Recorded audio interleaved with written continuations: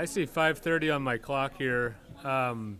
Do we have Councilman Fitzwater and Councilman Weisman on the phone? Or WebEx or?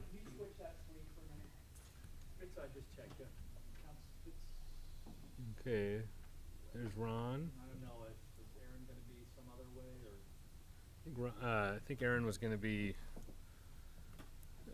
phone or WebEx. I'm not sure which. I wanna test Ron and see if he can hear okay, or?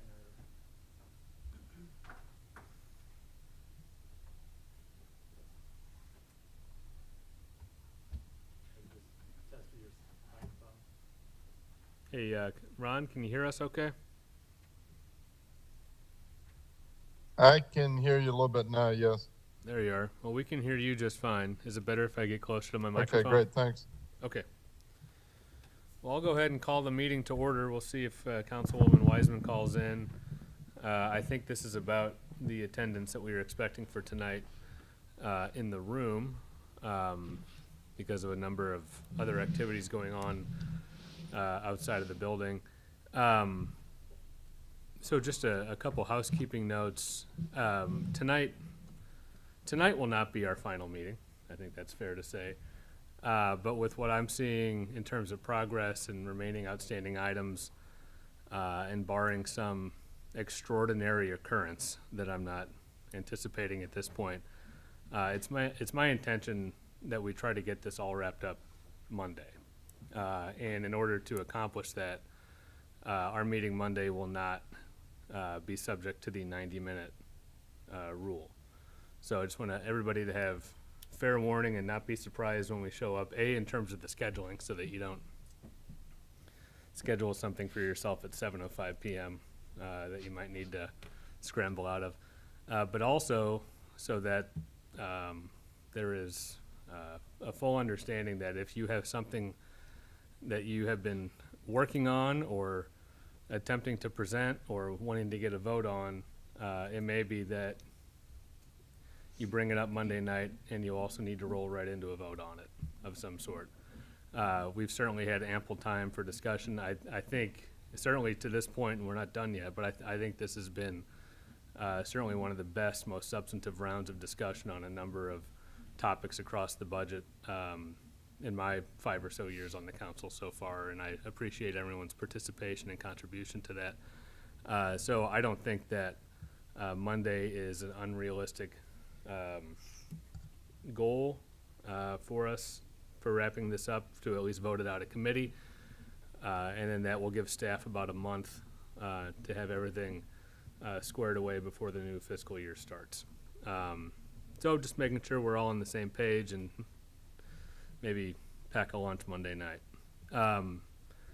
So as we get started here, I'm going to address a few changes that I've submitted for tonight, if we could get that parking lot back up. I've added some items that affect the public safety tax fund and our compression pool effort, and it may be kind of tough to do this just going straight down the parking lot. So instead, I'm going to just rely on some of my notes here to hit the high points of what I was aiming at, and then just rely on staff to interject when it would be helpful or necessary, or in order to correct me when I'm wrong, all of which are worthwhile things to do. So when it comes to public safety tax, to the public safety tax fund, is that where we are now? Yes. Okay, great.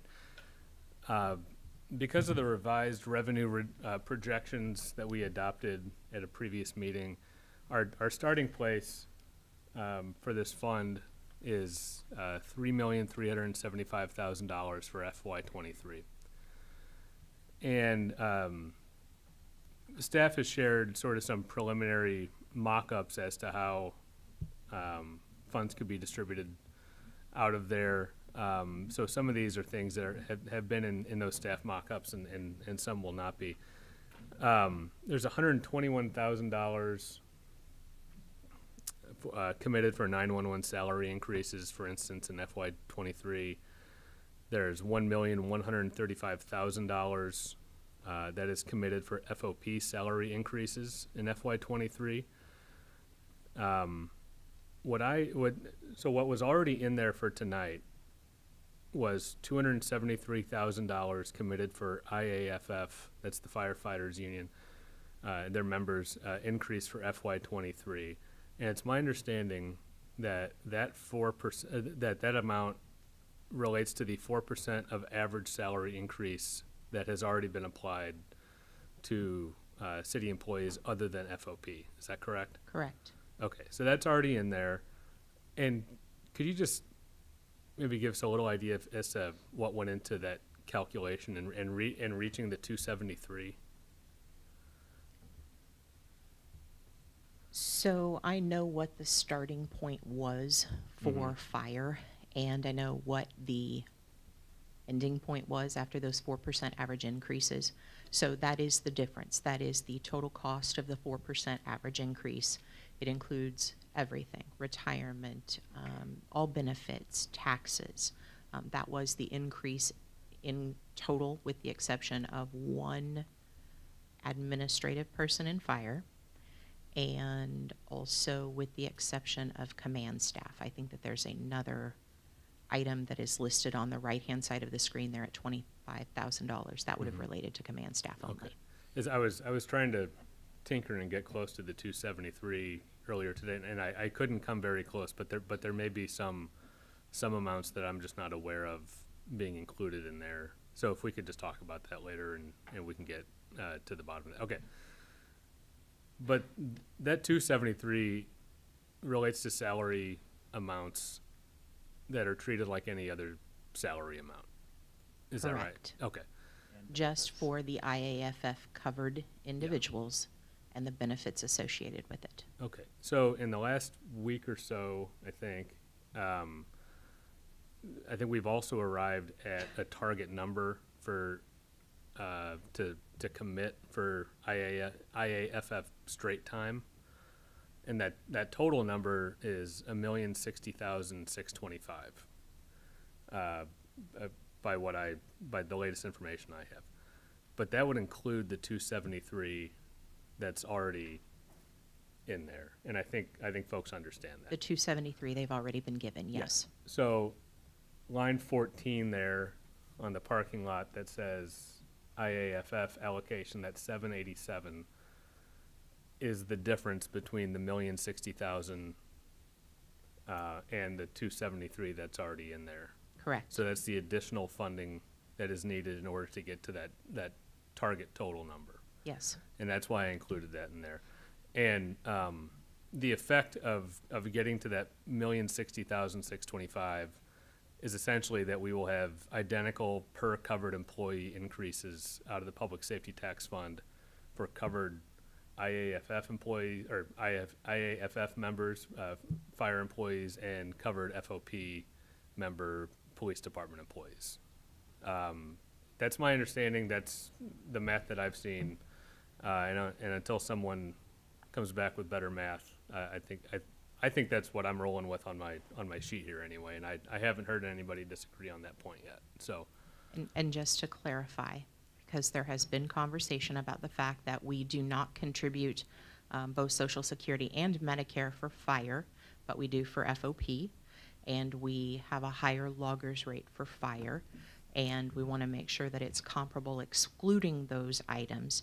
That is how we came to that $1,060,000. We removed benefits, loggers, and taxes to come up with a per capita, and then we added the loggers rate and the tax rate that we contribute for fire to come up with a comparable number. and everybody who would have an interest in this 10-step math that was done in order to reach identical numbers has reviewed it, had the opportunity to comment. And as far as I've seen, everybody's in agreement with the process and the numbers.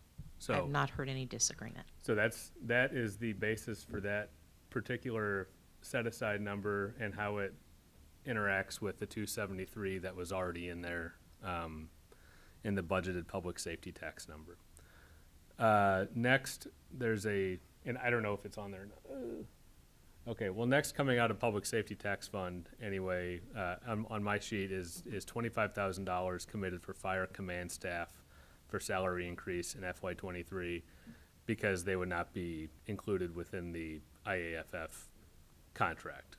Is that right? The 25 was for the early implementation that's already been done. Okay. The 50 that is listed as possible allocation for command staff to make comparable to FOP is what would relate to potential modifications based on what occurs because they are not covered under the IAFF contract. Yeah, and that 50 is the next item on here, and both of those were in sort of earlier draft forms of options that we've seen, so that's not a surprise up here. In green there in line 13, we've already tentatively approved in this committee $100,305 for the police sergeant for the body cam management position. So that's a public safety tax expenditure. And the next thing I have there, it's in line 17. I'm borrowing heavily from my colleague, Councilman Lester. He had a really interesting, great idea regarding applying some of the public safety tax funds to at least some percentage of holiday pay. And essentially the cost of each holiday incurred by the city is the overtime that we pay public safety personnel who still have to work even though the rest of us have the day off. Correct. Is that about right? Based on the numbers that I've seen, it seemed like 10% roughly would get us to 89,000. It's a few cents short of 198, but for some reason my Excel program wouldn't let me. No matter how I did it, I couldn't get like to the exact cents. It's within 50 cents of 198. And again, that's about 10% of what we pay for holiday pay and benefits for the 11 municipal holidays that we celebrate here.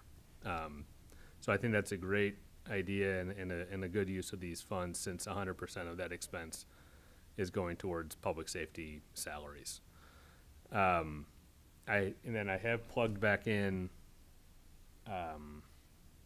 allocated for 169,849.02. For some reason, the 02 was allowed to sneak into my sheet, but not anyway. Allocated for health and dental increase for all public safety staff. There'd been sort of some back and forth discussion about that, and I'm proposing to put it back in. Onto the topic of the compression pool. We're trying to hit, at least at this point, a 2% pool for what we might get from the Evergreen study. So for public safety personnel purposes, it would only apply at this point to 911 and fire personnel, is my understanding, because FOP already has a finalized contract that covers them for this purpose. Yes. So, okay, it's good to get that confirmation out here.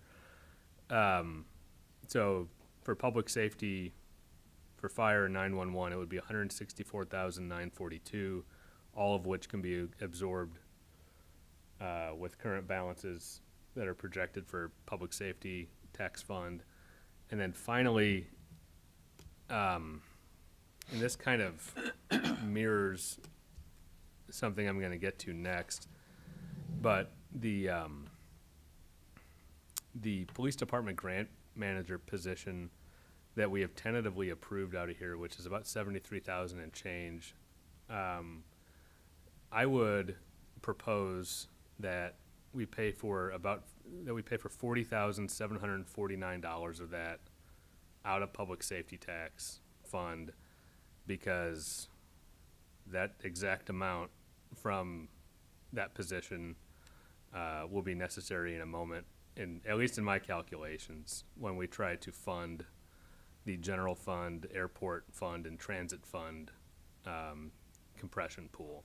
So just trying to find permanent dollars from the correct sources here. that would be my suggestion at this point. And I'm just wondering if Chief Wilde has any comments on that idea.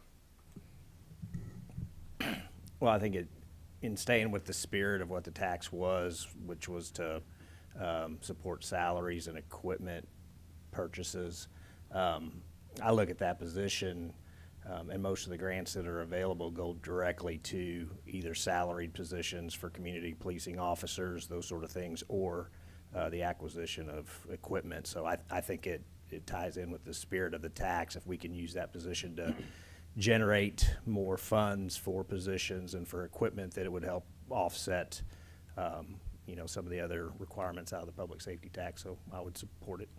Great, thank you. I agree. I think it's an important position. And also, we wouldn't, if we were to fund this amount out of there right now, we wouldn't always have to fund this particular amount out of there forever. Correct. If we could identify funds through normal general fund sources, Yeah. We could transition that at some point in the future. But for now, this would allow the position to get started and be Yeah. funded. Councilman Spencer?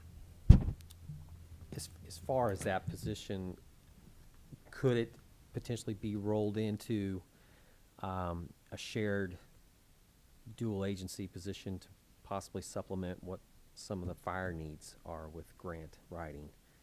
I mean, I think if we had more of an openness as far as thought of a public safety grant writer, That would be kind of difficult for me to assess right now, just not knowing how responsive we would be able to be. You know what I mean? With the amount of grants that are out there and the amount of effort that goes into those, let me give you an example. In another situation, the police department manages the cleaning crew for City Hall, and sometimes they don't feel like we're responsive enough at City Hall. I would hate to create that environment with the fire department and feeling like we're not responsive to their needs. I can't assess right now how many grants and the timing with which they come out that we would be going for. So I'm open to it, but I don't want to create a situation where the PD paid for grants manager is tied up and they don't feel like they're getting enough attention. Does that make? Great, Thank thank you very much. So that's it for me on the public safety tax ideas. All of that together, I think, gets us or leaves us with about $418,000 unallocated, based on our projections and what we have currently proposed for spending, which is a nice amount, really, to be able to sit on going forward if we don't allocate the rest of it over the next couple of meetings. Regarding the compression pool for general fund, airport and transit fund. So John, Yep. I had, at some point I want to talk more about the holiday pay, and I don't know if you want to do it now. If I could just get through the rest of what I got here, and then we'll throw it over to you. Great. The amount needed for general fund, airport fund, and transit fund, my understanding is it's $193,070. That's what I've been aiming at. And the way I get there, just at this point with available applicable funds, we were really trying to find a way to bring back funding for the compost contract, and we really weren't getting anywhere close to that to date. So the first place I look is the $82,321 that we currently have earmarked for the compost contract, which is a fraction of what we'd need. And then we have additional anticipated central bank interest revenue of $70,000 that we've been recently informed about. And then, as I alluded to a few moments ago, shifting $40,749 from the PD grant manager position, that would be general fund dollars into this pool. So keeping it within the general fund, but applying it to this purpose. So between the compost contract, the additional interest income, and then part of what's currently allocated for the grant manager position in police department, I get to 193.70. So that's it for tonight for me. I'm certainly not planning to bring any of this up for a vote this evening, though I do intend to bring it up, all of these items up for a vote on Monday evening. Do you have your hand raised, Ms. Perry? I do. In regards to the compression pool, I did also add on the parks parking lot, the parking lot, and the wastewater parking lot, the 2% as well, since we had combined the two subsidized enterprise funds in with the general fund. We have included those here as well. Thank you. And the fund balances of those other funds were ample for this Yes, purpose? there are fund balances for those. Okay, great. So happy to chat about these lines over the next several days, but I will be coming back to these on Monday night as we move forward and hopefully conclude. So thanks for your time on that. I didn't monopolize too much. Councilman Lester. Yes, I wanted to talk a little more about the holiday pay, and I've talked with Ms. Perry about that pay, and I think it should be the salaries and the benefits that go along with those salaries, for one thing. And I think 15% of the amount would be appropriate. If you look at the total fire and police budget, around $21,500,000, and you look at public safety tax fund, which is around $3,375,000. That amount of that total is basically 15.7%. Thinking all of that eventually will be part of police and fire. So anyway, I think 15% is a good policy number related to the holiday pay. When you look at holiday pay, the amount that includes salaries and benefits per holiday is the amount up on the board, $81,089 basically. And we have 11 holidays, giving a total holiday pay of $891,975,000 roughly, and then 15% of that is $133,796, and I just think that's an appropriate policy way to look at it and to apply it going forward. Okay, thank you. Any other comments or questions on Councilman Lester's holiday pay comments? Seeing none, great, thank you very much. And we can discuss that further, of course, on Monday and Okay, and then or tonight if you like. That's fine too. Just well, we can talk about it tonight if others want to talk about it. But anyway, that's of course that's what about $50,000 more than what you were suggesting. right, yeah, and I mean there's certainly more than that left unallocated at this point in the public safety tax. Yeah, so we can just chat more about that as we go forward about kind of where the council's comfort level is on that. Thank you very much. Okay, and then have still been looking at your suggested reductions and wanted to moderate that, and I've looked at other amounts that could be reduced and want to eventually bring that forward. What's on the board is not about that, but I'll get to what's on the board. But anyway, between now and Monday, I really want to get together with you and Ms. Perry about that whole reductions and what's the appropriate amounts, and get some consensus on that. Um, I, I have sent that information to you, but it was very late today, so. What's on the board? I know we have, 2 planner positions that aren't funded. And I'm not proposing tonight to fund them, but I do want us to look at, the history of planning division and then, what that planning unit has been tasked with in the past.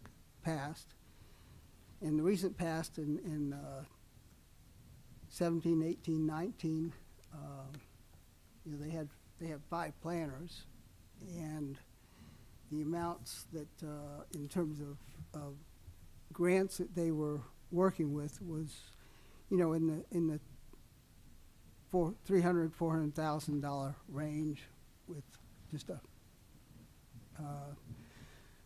small number of grants, maybe 5, or sometimes just 1 or 2. In 21, it picked up. In 21, they still had, they had 5 planners. In 22, they had the 5 planners. It's picked up quite a bit, and a lot of that's going to carry over to 23. And now, without those funded positions, they'll just have 3 planners for all that's carrying over from 2022 and 23. I'm sure there'll be more grants, and they'll have to, with any of these grants, they have to monitor them, and of course, with any new ones, write them and do that work also. And I'm just saying, the workload is tremendously increased, and yet we're reducing staff. I guess what I would propose that we think about is each one of these grants, or many of them, have funding with it, administrative overhead for the grants. And I think at least we ought to look at, in 23, at least that planning be able to sequester those amounts to fund those planning positions, or at least one of them, in 23. Or some way to stay on top of the grants we have, and to take advantage of grant opportunities that are going to come along this next year. So anyway, at this point, that's all I want to say. Okay, thank you. Any comments in response or addition? Councilwoman Ward. Yes, this is a question for Rachel Sinzi. Regarding the number of grants we have, for one, do you know the dollar amount that your staff is working with as far as grants currently, or the number? We currently have about 14.7 million. All right, and A total project though, so it would be the federal side, whatever match comes in, Okay. which I think we total out of that is about just under $800,000 worth of match. okay, and you know, this isn't my wheelhouse at all, but regarding those grants, I'm sure that there is some kind of commitment that you guys are supposed to be able to withstand, to administer those grants, or you might be in jeopardy of losing them. Is, you know, like so many people that are supposed to be assigned to them, or that you're supposed to use the money for staff, or, you know, I'm not sure how grants work, but I just want to make sure by not having enough workforce that we're not going to be in any jeopardy of losing So what it we would have be going on. right. So some of them do and some of them don't. So some of them require you to outline what staff are going to be working on this grant and commit a percentage of staff time to it. And that's a lot of our CDBG funds require that. Others don't, but there is certainly a workload that goes along with it. And it's, you know, if your project falls through, then there's an opportunity for the grant to get clawed back. But it's more about, as far as the admin goes, if you receive a grant, most grants that you pass through, so we're applying and then we're going to sub-grant them out. Most of our CDBG grants are passed through. Our Paul Brun grant was passed through. So there's an effort of labor there. You receive administrative funds for that. As soon as we get our disaster recovery funds in, our true grant agreement, we'll bring it to council. There is a portion, it's 4% of the 7.3 million that is dedicated to administrative costs. So once we receive that award in, I'm going to have a surplus of admin, meaning that I have more admin money than I do staff that are working on it. And that's with the existing 5 planners, the 4 in neighborhood services. So we have, but it's not here yet. So when we were talking about creating the budgets that we were creating and how much staff that was going, we went with a conservative estimate because we weren't sure when the disaster recovery fund agreement would come in. Would it come in before the fiscal year or after? And we still don't know. But the moment that hits, it's going to be leaving thousands of dollars on the table each month, and there's options what you can do. It's not that we lose it, but we could either roll it. We can either pay our staff more, we can absorb other staff, we can roll that funding into the programs, we could create new positions. So those are kind of the options with having extra admin. Councilman Spencer. Yeah, I guess I would err on the side of caution as far as existing staffing levels that we have currently, especially as it relates to the planning department. A lot of these grants that come from the federal government are associated with some kind of event, whether it be a natural disaster or the pandemic, those kinds of opportunities, if you will. Depending on what you're looking at and what your interpretation or perception is, myself, I think we're already in a recession. And I think we really have to prepare ourselves, how long we're going to be in that recession, how we're going to get out of that recession. So the federal printing presses, I think, are going to have to stop eventually, and they're not going to be able to continually print that money.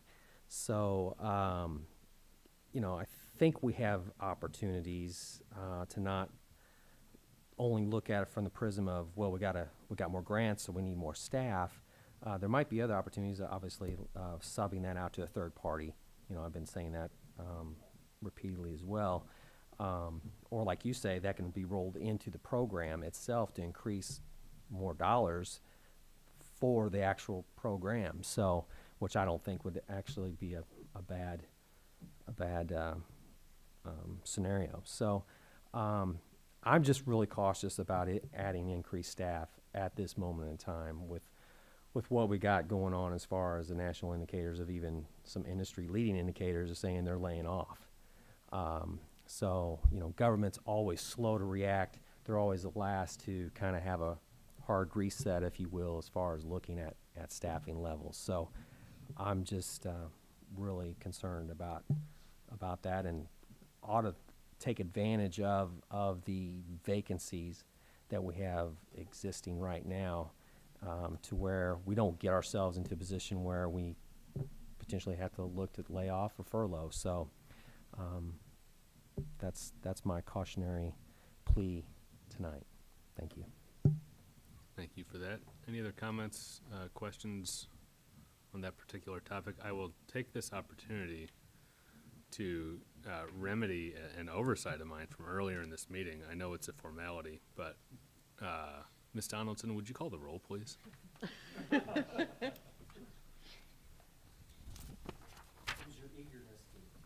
Get to the people's business. I just stormed right into it, didn't I? Deacon, Present. Fitzwater, Present. Hensley, Present. Kimna, Lester, Schreiber, Spencer, Here. Spicer, Ward, Here. Wiseman. Great, thank you. And I may as well take the opportunity to ask if there's anyone here to make a public comment this evening. Seeing none, thank you. Okay, we're back on the order of committee discussion of the budget. Councilman Lester, were you reaching for your mic there? I guess I'd only want to emphasize that we're dealing with the budget for this coming year, and just looking at the grants and the amount of money we're talking about for grants, it's the workload's just going to be much more than it has been. In 21, we had, well, before 21, the number of grants were just a few, and around the $300,000-$400,000 range. In 21, there were like 5 grants, and it was up to almost $4 million.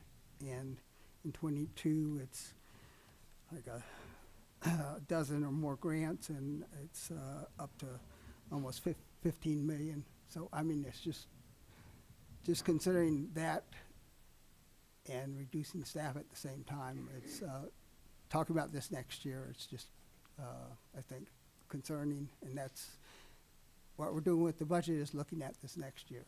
And I don't know if we fund it through the general fund, but I certainly think with grants that generate their own admin money, they certainly should be able to use some of that to be able to handle the workload that they're tasked to take care of.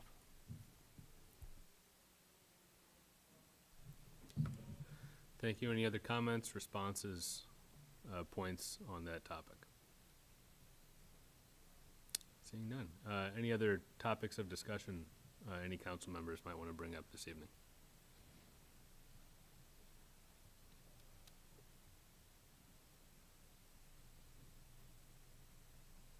Councilman Lester, did you want to move on to what is appearing on? Oh no, I'm sorry. No, we've already done that. I'm sorry. Yeah.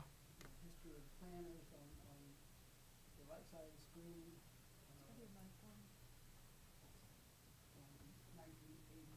Oh. On the right side of the screen is from 1980 through 2023, and on the left side of the screen is the history of grants, which you can't see. That's just for 21 and 22 on the screen there, but shows before 21 the low level of grants and amount of money that we were receiving from grants. Great, thank you. Do you have any final comments to make on that tonight? No, I don't. I just, I think. I mean, is this the type of funding where, when we learn how much we're going to receive, and then calculate the administrative portion of that, that we could calculate and deploy in short order when we know how much we have to work with and what the actual workload would be? We know how much, so it's when you calculate your admin money on the application. So once we've received this funding, and it kind of fluctuates, and we try to, the crystal ball part of it is how long it's going to take to complete the grant. So if you have, just hypothetically 24 months to complete the grant, then you're trying to break down your admin in a 24-month cycle. But if the grant gets finished in 15 months, then you've got to make sure that you're trying to spend your admin appropriately to the pace that the grant is being spent out. But as a lump sum, you know how much you're getting as soon as the award comes in. And so where is the admin portion parked, for lack of a better word, while the grant is being administered? Where's the money held? So, what account? so all staff are budgeted within the personal services within the departments that we have in the budget. And there is an offsetting revenue that we also put in specifically for the CDBG grant. We do this. We make a conservative estimate. Once the funds come in, we come to council and we do a budget amendment for the remainder of the grant. So whatever we put in for expenditures, there's an offsetting revenue, and it would be modified once that grant is accepted. Great, thank you. Any other comments on this point or questions? Councilwoman Yeah, Ward. Mr. Chair. Councilman Fitzwater. Yeah, I'll try to keep my comments short because I know I'm echoing.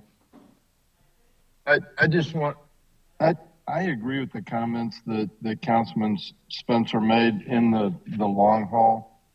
And I think we have to be very careful. I would say though that we're addressing the same issue at the Pharmacy Association through some of our healthcare grants. And, you know, I think Ms. Senzi has done a great job of kind of laying out and looking at opportunities. There is just so much money in the system right now that, and, you know, I think we've had discussions that we don't want to go after every pool of funds, but there are some that legitimately match needs within our community. And we've had to address the same issues. I mean, we brought staff in, but it's with the understanding if the grant disappears, the position disappears. And yeah, I think Councilman Lester raised a good question. And as we've looked at some of the short-term needs that we're going to have to be able to implement this, I think your idea of if we can, once those dollars are received, if we could revisit this issue of expending some of those dollars, because I challenge my staff all the time too, that I don't want to leave any dollars on the table, but if I don't have staff there that I can bill against them legitimately, then those dollars get left. So I know it's a very complicated, and I know we don't want to survive on just grant dollars, but I think our staff has done a great job of identifying grants that fit needs within our community. And I would hope we take a serious look at it before we just decide not to. And, you know, maybe Councilman Spencer gives us good advice, but again, I would just repeat, and then I'll stop my comments, that there's a lot of dollars already in the pipeline that are going out. I agree at some point they're going to shut off to a certain extent. And there's a risk to staff that are working on those projects, but that's always the way it is. I mean, that's just the way this system works. So thank you, Mr. Chairman. Thank you very much, Councilman Fitzwater, for those comments and for being with us. Councilwoman Ward. I can see both sides, but I just wanted to point out that this funding requires a great amount of outreach, which takes a lot of, you know, time and coordination. Our CBGG funds, you know, the outreach that has to occur with just that program, because it funds home renovations, sidewalk projects, and all of that has to be communicated with the public and have public meetings, and that just takes a lot of staff time. So I just wanted to share that, you know, they currently are overworked. I see it. I attend a lot of those meetings, a lot of those public outreach events. And I just want to keep this on the table, whether, you know, we do it now or we wait until those disaster funds come in and we look at that admin amount. And, you know, I just want to keep it in the forefront of everybody so we can kind of alleviate the stress that our current planners are facing right now. Thank you very much. Any other comments on this point? Councilman Spencer. And I do understand both sides of the coin, if you will, but I guess that's why my concern is that, well, you know, we can pay our staff more, but and I know that they are already working probably to their maximum output, if you will, so throwing more money at them, that's really not a very good way to describe that, but that's only a short-term fix and probably not even an option now with the extent of time that they're already putting in extra. So again, I think, you know, we have to look at it from possibly, the only other option that might be is to hire a third party to get it done. And I do think this department does an excellent job of identifying grants that that meet our community needs, like Councilman Fitzwater said. I see it on the Public Works Committee time and time again. So the staff has done an excellent job in that regard. I just want to make sure that we're doing our due diligence of putting out our commitment to these grants when we're receiving that for administrative costs. I just don't want that to be an opportunity to kind of shift money to the general fund or whatever to create that cost. Thank you. Thank you. Any other comments on this topic? Seeing none, any other topics of discussion any committee member wishes to raise tonight?